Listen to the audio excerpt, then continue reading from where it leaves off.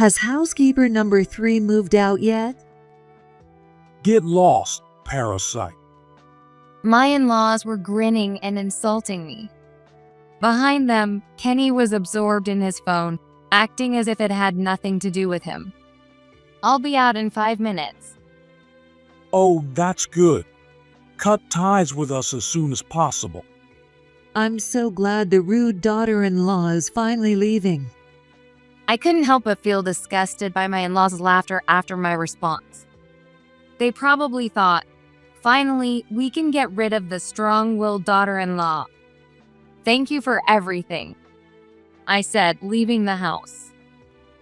As I walked away, a smirk crossed my face. Well, the real show starts now. It wasn't they who abandoned me, but I abandoned them. A month later, my phone was flooded with dozens of missed calls from my father-in-law. Oh, finally figured it out. Took them long enough. I murmured, answering the most recent call.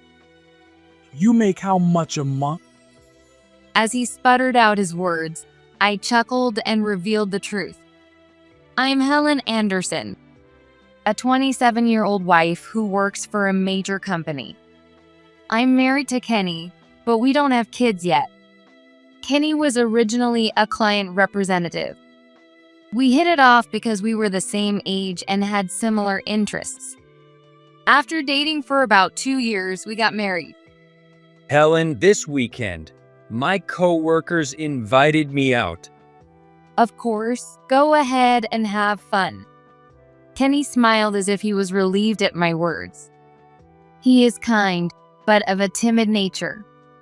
He avoids conflict and can never say no when others invite him to things.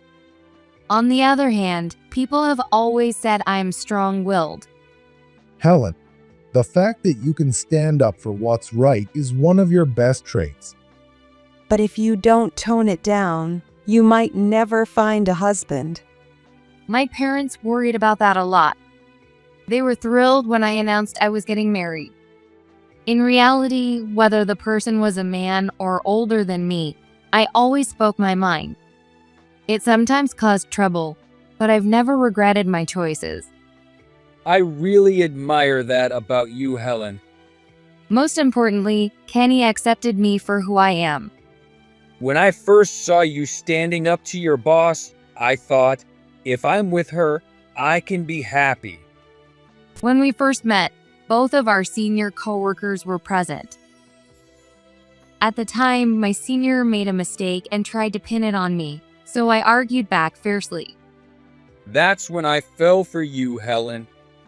Normally, most guys would have been put off by that. But Kenny said he liked that about me. I doubt I'll ever meet someone else who would say such a thing. That's why I confessed and married him. I love your kindness, Kenny. Meeting him was the best thing that ever happened to me. When we were newlyweds, I truly believed that. You want me to talk to John? One day, Kenny sounded troubled while on the phone with someone. Man, John is such a headache. Did something happen? Yeah, apparently John moved out. Kenny has 2 older brothers. One of them, Alex, is married and lives out of state. I only met Alex at our wedding and haven't had much contact with him since. John, isn't he the one who's divorced? That's right. Don, the eldest, still lives with Kenny's parents. I don't know the details, but I've heard that a few years ago, John's wife left their home, and they ended up getting divorced. So, what happened with John? I'm not really sure, but he suddenly said, I'm leaving, I can't handle this anymore, and just took off. Mom called and asked me to convince him to come back. As far as I know, my mother-in-law is a stay-at-home mom, and my father-in-law doesn't have a steady job. So John, being younger, was likely the one supporting them financially. That must be why they're panicking and reached out to Kenny. Man, both Alex and John. They just do whatever they want. By the way, how's Alex doing? Oh, he's completely out of the picture. Apparently, he's even taken his wife's last name. Kenny's parents had tried contacting Alex, but he didn't even pick up the phone.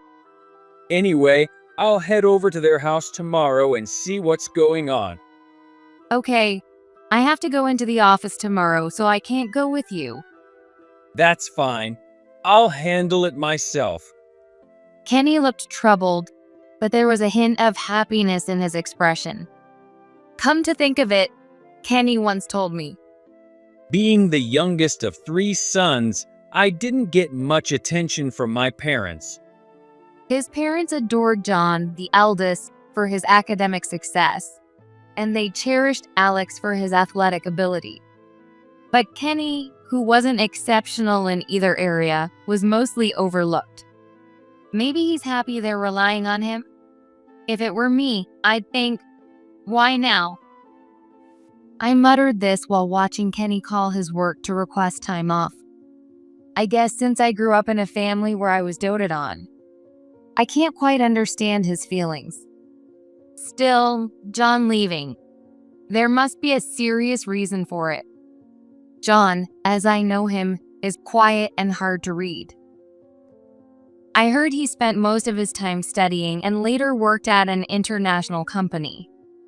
But he's not the type to brag about it, and he's known for being reliable at work.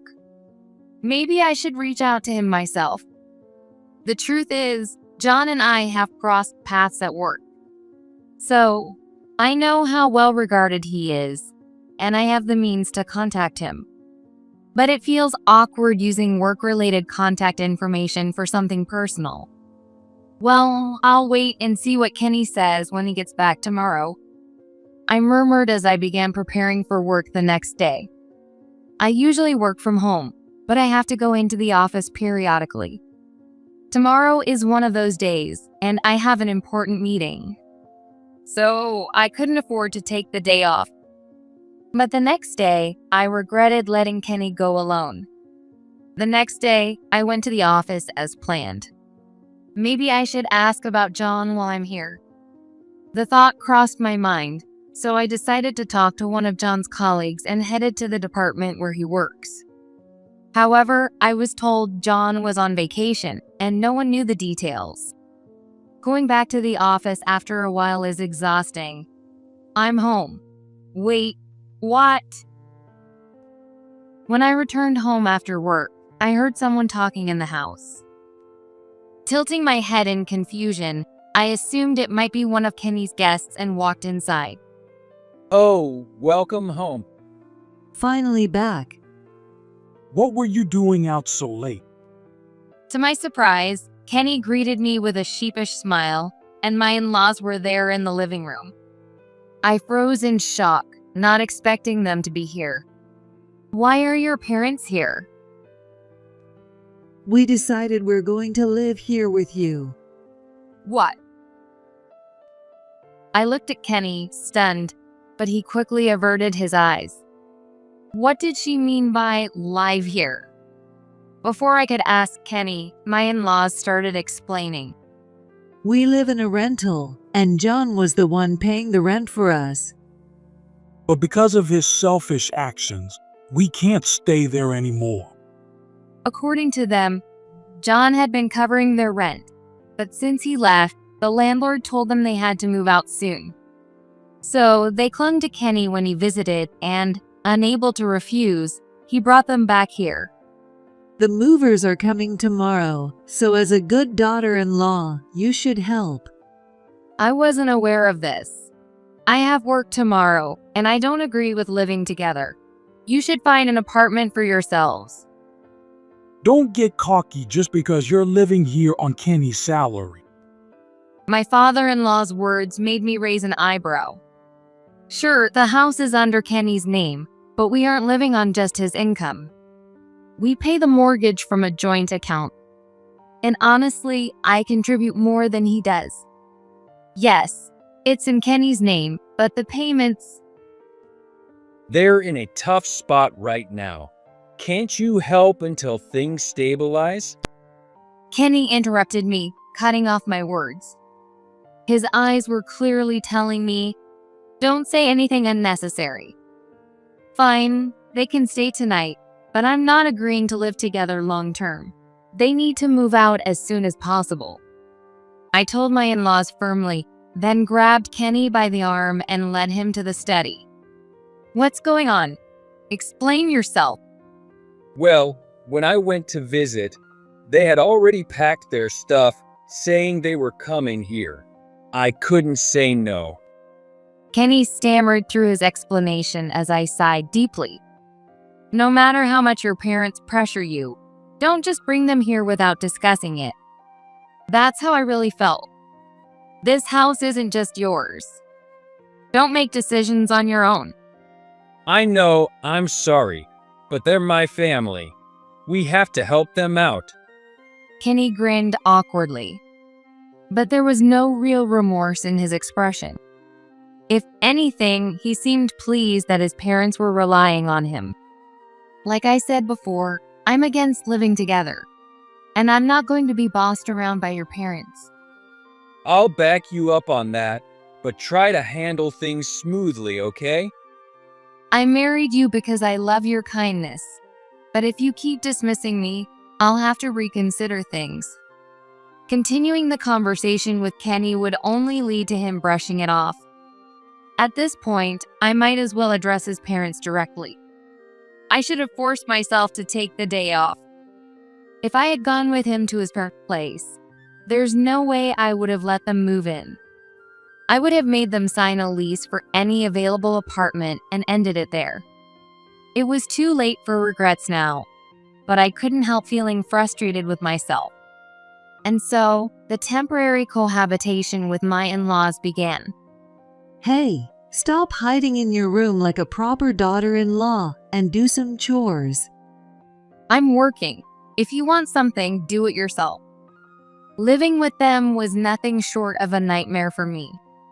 They didn't understand my job and thought I was just locking myself away. Thankfully, my home office has a lock due to the sensitive nature of my work, and I've soundproofed it, so they don't disturb me while I work. But that doesn't stop my mother-in-law from banging on the door or shouting loudly, which wears on me mentally. Must be nice. Women don't even have to work, and they still get to eat. My father-in-law also never missed a chance to make snide remarks whenever we cross paths. Meanwhile, he only goes to day labor jobs when he feels like it and comes home to drink. I often sighed, wondering how he could say such things. If you dislike me that much, why don't you just leave now? Of course, I didn't hesitate to stand up for myself, and I called them out every time. But they didn't like that either. Whenever I spoke up, they'd grumble about how a daughter-in-law should behave or how they're supporting me. Helen, you're an adult. Can't you just get along with them? Kenny, who had initially apologized for his parents, was now taking the easier route and reprimanding me. Look, you're the daughter-in-law, so just do what they say. Lately, he's been saying things like that more and more. Between Kenny and his parents, I was getting more exhausted by the day. I eventually decided it was pointless to engage with them and instead focused on my work and household chores. Honestly, I wish they'd just leave soon. Sounds rough. It was the day I went to the office. Noticing how exhausted I looked, my coworkers approached me, and during break time, I vented to them. They sympathized with me and expressed anger toward Kenny and his parents, which I appreciated. Just as I was feeling grateful, someone called out to me. There you are. John? It was John, who had been unreachable for a while. I was surprised to see him here and stared at him in disbelief. I'm really sorry my actions caused my parents to become a burden to you. Well, to be honest, it's been a huge hassle, I said bluntly, and he gave a wry smile. But what made you leave so suddenly? It wasn't really sudden, actually. That's when John told me the real reason he left his parents' house. And after hearing it, I finally understood his actions. In that case, would you mind if I did something about it? What? It's only been a month of living together, but I've had enough of Kenny's lack of help. If things don't change soon. John looked surprised by my words. Eventually, he nodded firmly. I'll help however I can. Thank you. And with that, I began taking action. A month after I made that declaration to John. I can't take it anymore. I want a divorce. I asked Kenny for a divorce. Wait, divorce? Kenny, clearly not expecting to be told about the divorce, responded in a confused manner. If he had said something like, "I'm sorry," or "I'll change," maybe I would have reconsidered.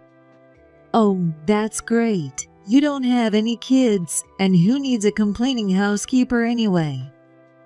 A housekeeper? Got a problem with that. A wife is just an unpaid housekeeper, you know. Though you weren't even good at that. As my mother-in-law sneered at me, Kenny remained silent. Get rid of her, that parasite. Yeah, a wife who can't get along with her in-laws is no good. Kenny, encouraged by his dad, rejected me as well. And just like that, we quickly divorced. Since the house was in Kenny's name, I was the one who had to leave. If you beg now, I'm sure my parents will forgive you. You're the one who should be begging. You're really arrogant, Helen. With that as his final remark, Kenny began ignoring me. Feeling deeply disappointed, I grabbed the bags I had already packed and headed for the door. Finally, the eyesore is leaving. My in-laws chimed in. Has housekeeper number 3 moved out yet? Get lost, parasite. My in-laws were grinning and insulting me. Behind them, Kenny fiddled with his phone, acting as if none of it concerned him. I'll be gone in 5 minutes. Good. Cut ties with us as soon as possible.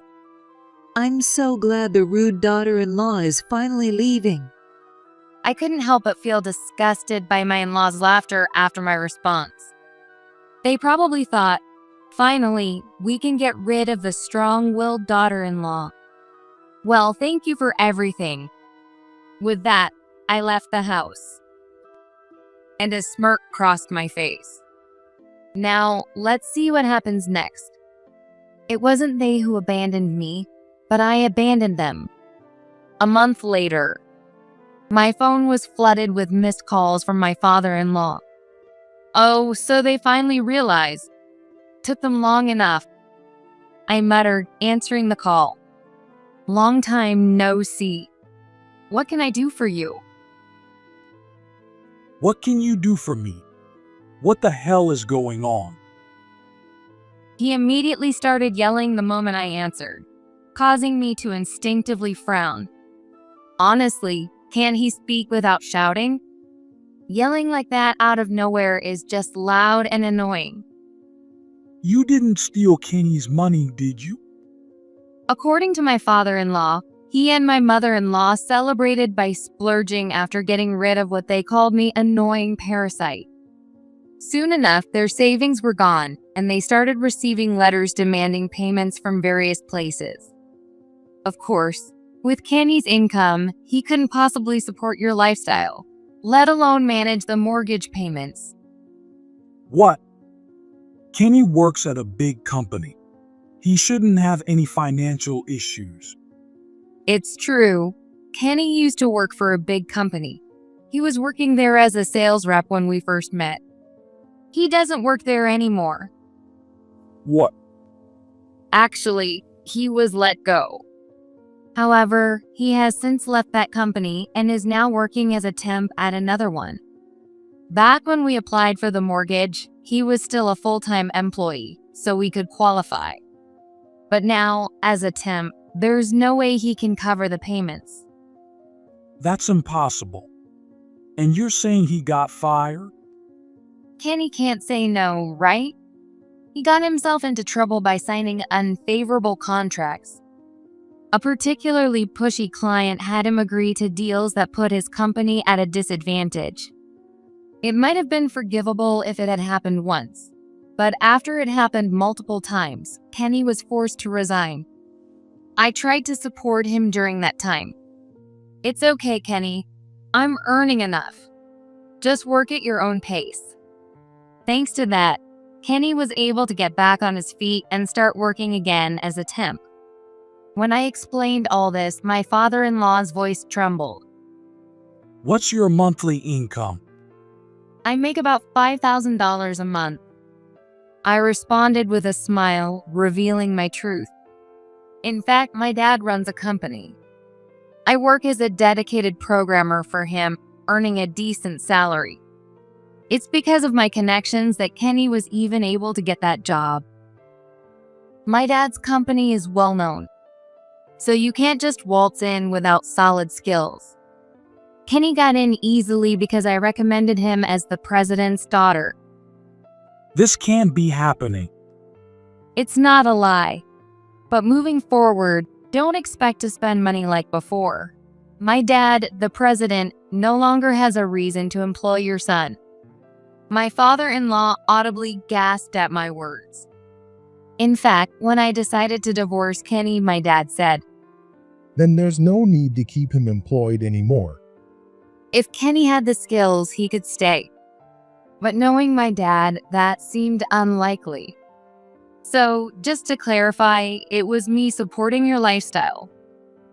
Hey, is what she's saying true?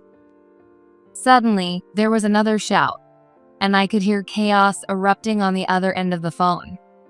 It seemed they were now fighting among themselves. Having no need to stick around for this, I hung up and blocked their number. I'm really sorry about my family. John, who had been watching our exchange, apologized to me. We were talking about my situation while I was staying at my parents' house. Please don't apologize. You're a victim of your parents, too.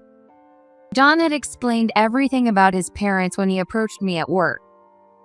To be honest, those two are the reason I got divorced. Apparently, John's ex-wife and Alex's wife couldn't handle the constant harassment from my mother-in-law. That's why John's marriage ended.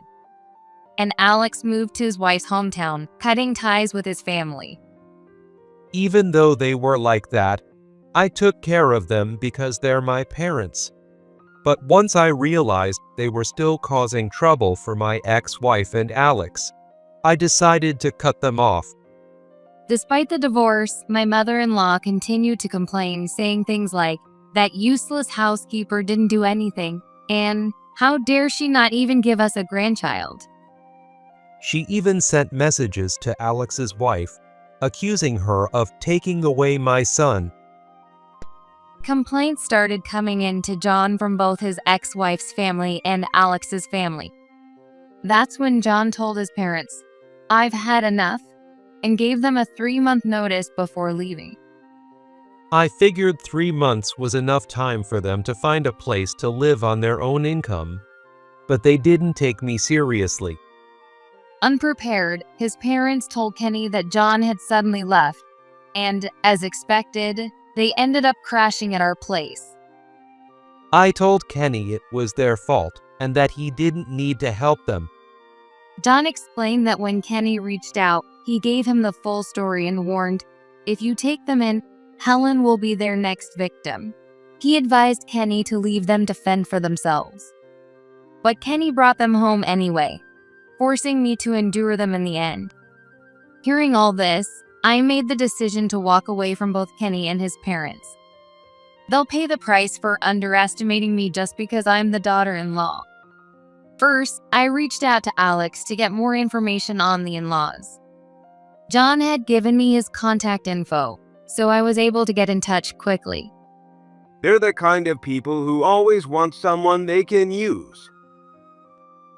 According to Alex, his parents intended to turn him into what's known as a scapegoat child.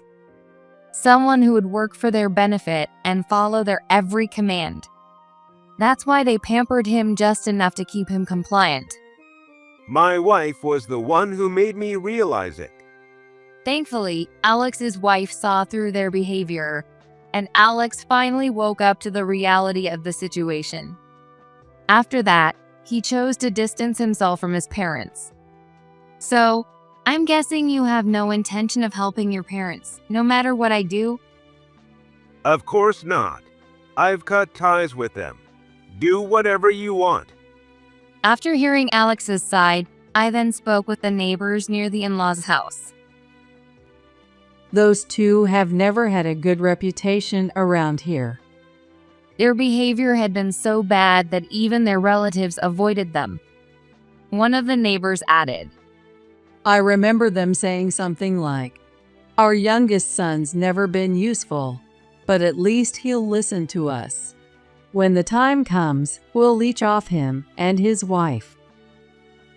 Considering they said that where the neighbors could hear, it was clear they looked down on Kenny quite a bit. In a way, Kenny is kind of pitiful, isn't he? Maybe. He had been starved for parental affection, having not received much attention growing up. That's probably why he ended up being so easily manipulated by his parents.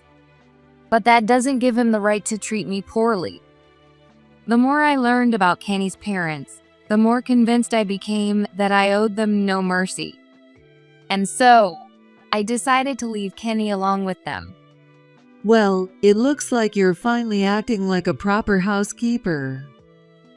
About time you knew your place. I didn't intend to leave them a single thing of mine. As I prepared to leave the house, I kept doing my chores so they wouldn't suspect a thing.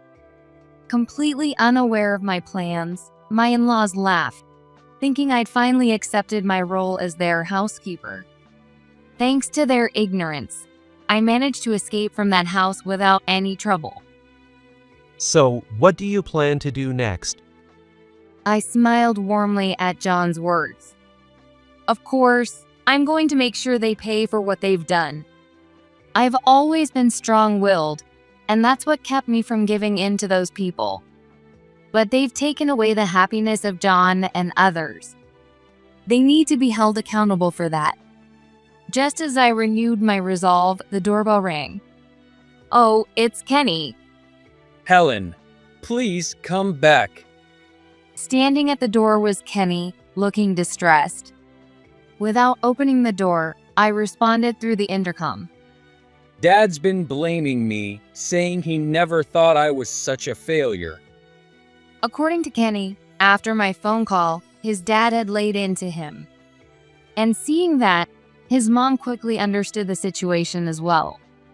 You're completely worthless. Fix this right now. She scolded him relentlessly. Don't come back until you bring that wife home. With that, his parents kicked him out, locking him out of the house. I didn't even have time to grab my keys. Please, Helen, come back. So he kept begging me. Oh, so all he cares about is saving his own. That's what I thought, watching his behavior. I used to think you were kind. Helen? But I was wrong. You just side with whatever is most convenient for you. You don't mind sacrificing me for your own benefit. You're a terrible person. I'm sure it wasn't that he couldn't stand up to others because of a timid personality, but rather because he found confrontation too troublesome.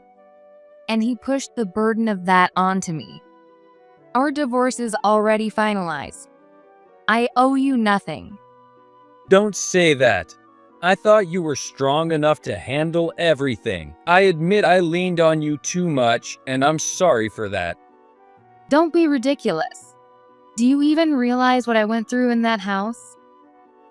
Every day, the door to my office was pounded on. If it were just that, I could have put on headphones and ignored it. Those two treated me like dirt. Whenever I prepared a meal, they would take it away saying, There's no food for the likes of you. And if I cleaned, they would deliberately scatter trash, telling me, don't slack off. My in-laws would constantly interfere with whatever I did, always adding snide remarks. Did you really think I was strong enough to be okay? I needed you to stand up for me. That's why I kept asking you to kick them out. Even though I fought back against them, I endured because I still loved Kenny. But instead of supporting me, he grew colder by the day.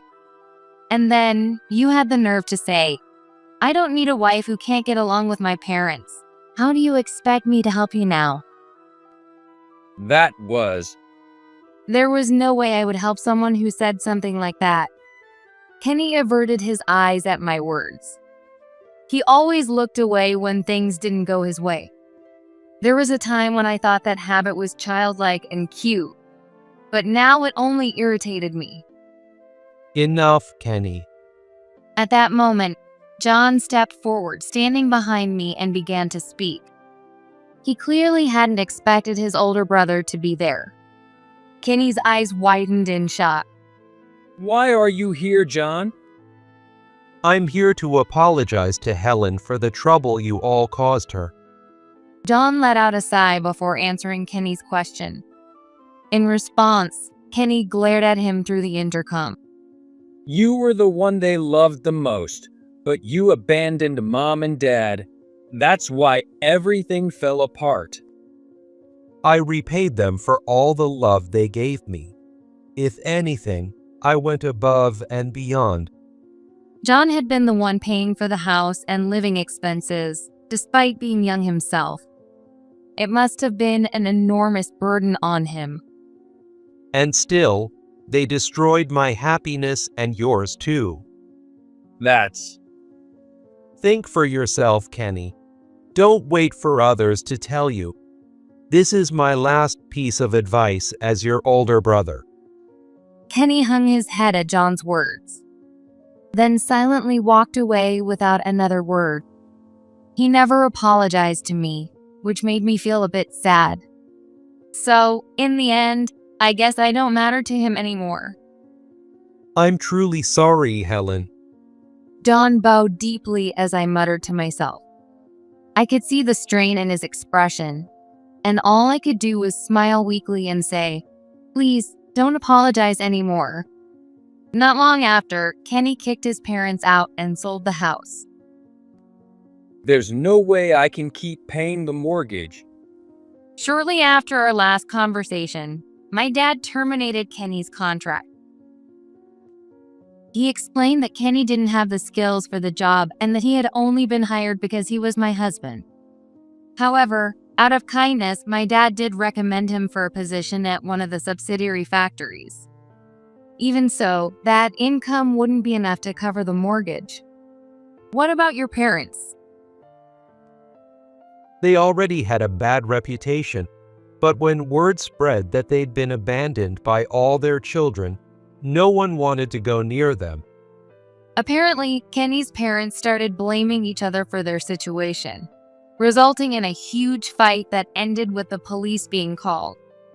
Afterward, Kenny's dad couldn't even find day labor work. And his mom, who had never worked before, couldn't hold down a part-time job due to frequent mistakes. I heard rumors they've been seen living under a bridge. Don told me, having kept an eye on their situation. As for Kenny, he was struggling at work, surrounded by strict supervisors and reportedly crying daily. Given his naturally timid personality, he's likely shrinking back, unable to say what he wants, and enduring tough days because of it. Hopefully, this will toughen him up a little.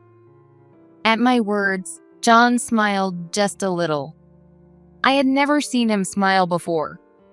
After all the hardship he had endured thanks to his parents, it was no wonder he had grown quiet and stopped smiling. Now, let's forget about those people and focus on work. Yes, let's talk about business. I hope that John would find more opportunities to smile from now on. With that thought in mind, I threw myself into work. A few years later, I'm still working as a programmer, mainly from home. Helen, do you think you'll have some downtime soon? Yes, I should be able to wrap things up soon. Then maybe we should start planning our wedding. Since then, John had frequently invited me out, saying, "Let me treat you to a meal to apologize for my family's trouble." And we had quickly grown close. Now, we were engaged. Kenny put me through a lot, but I'm grateful he brought me to you, John. Plus, thanks to you, my dad's company has a bright future. John had changed jobs and was preparing to take over my dad's company. My dad trusted him completely, and everyone expected him to be the next president. I was working hard to keep up with him. Let's make it an amazing wedding. Yeah, let's do it. John smiled gently at me. The once silent man now laughed and talked freely by my side. Feeling comforted by his presence, I began walking toward a bright future.